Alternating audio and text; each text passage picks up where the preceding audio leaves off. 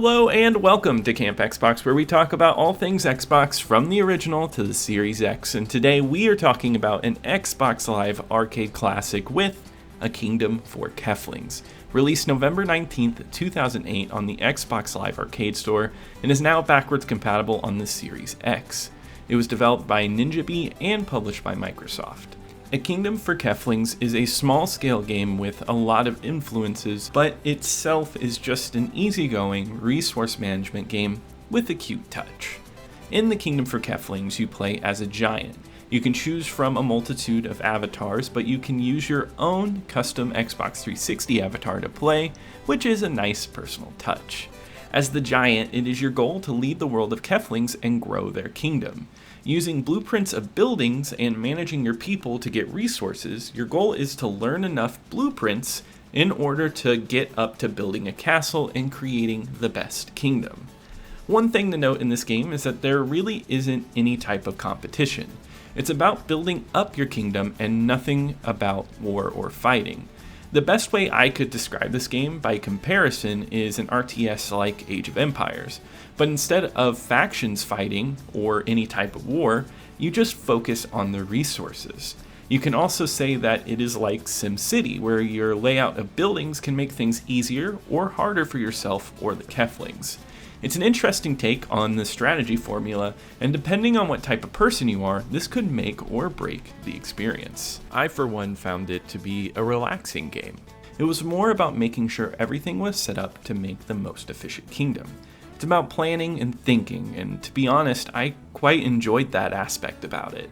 An RTS like this on console is always something that can be very miss as well, since the controller doesn't offer as much control as the mouse.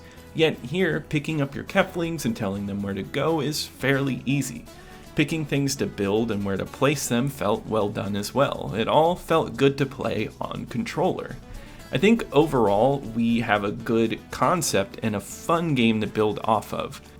But I do think that this game loses its charm as you build more and more buildings.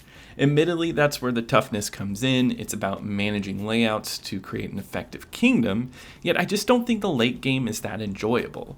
It took me around 6 hours to complete the single player, and I'd say the last 2 hours were starting to get a little annoying. To put it into perspective, some of these late game buildings you must construct to get the castle require multiple buildings to build sections of it. These multiple buildings must have certain resources in them. The late game buildings usually require resources that have to pass through multiple processing plants in order to be refined into what is needed. So in order to do this task, you have to make sure you have an overly complicated line of Keflings perfectly laid out, and they must perfectly get between everything and do your bidding. Unfortunately, Keflings are a little hard to come by, but don't worry, you can do this processing as well, and you're going to need to, because even if the Keflings are set up right, they can go a little slow, and you kind of want to speed up the process. So it becomes a lot of moving your giant back and forth between various places, and it feels like the process of building becomes a major chore. And I complain about this, but this is kind of the focus of the game. It gets so complicated that you have to figure out and solve these issues. I just wish, instead of maybe doing one long world, we got multiple worlds with different resources to vary the game up, rather than work on the same one to the point where it becomes boring to look at. So gameplay is really solid, but just didn't stick with me for the whole experience. I do think graphically it looks solid. I really do enjoy a nice game from this era with these vibrant colors. I loved seeing the seasons change in front of you, where during the winter it might be really snowy, but then you see the snow slowly go away to make way for spring, and all of the seasons look completely different. The music changes with the seasons as well, and I really love how the genres swap from cutesy songs to folk-inspired songs. It adds to the cute and small atmosphere of this game. I must mention that there is multiplayer available with this game, and from the looks of it, you still can play with people, but unfortunately it is tough to just find games nowadays, so I wasn't able to experience the online, but it seems like more of a co-op city builder than a competitive game, which I always think it's a lot of fun to play co-op games online.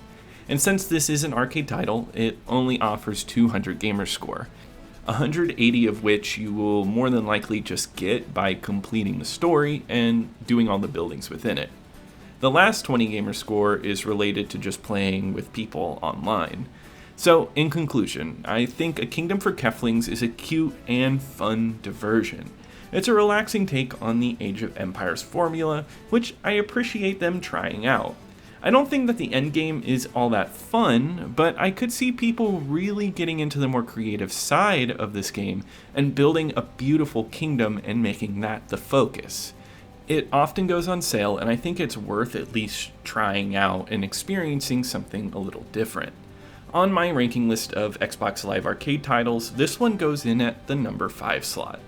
I would play this again over the Xbox Live Arcade version of Crazy Taxi, but I do think Kicks has an arcade element that's more pickup and playable. But I think that wraps it up today for A Kingdom for Keflings. Please leave a comment below if you've played this before or you enjoy any type of RTS game. I would love to hear from you. Also, be sure to like and subscribe. It really helps out the channel. But I will see you here next time at Camp Xbox.